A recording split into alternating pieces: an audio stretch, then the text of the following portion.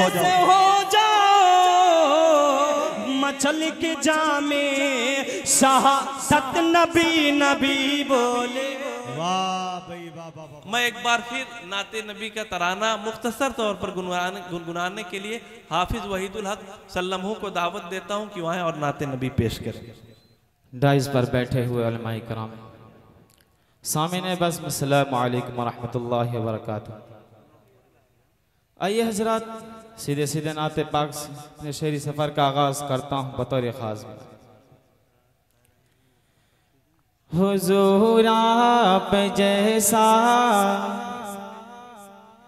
कोई भी नहीं है, हुजूर आप जैसा कोई भी नहीं है, हुजूर आप जैसा कोई भी नहीं है, हुजूर आप जैसा कोई भी नहीं है।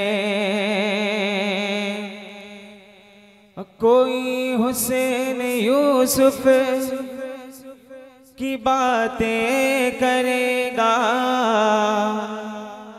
कोई बसे उन्हीं के कसीदे पढ़ेगा, कोई बसे उन्हीं के कसीदे पढ़ेगा, कोई हुसैन यूसुफ की बातें करेगा, कोई बसे उन्हीं के कसीदे पढ़ेगा, कोई हुसैन यूसुफ की बातें करेगा, कोई बस उन्हीं के कसीदे पढ़ेगा।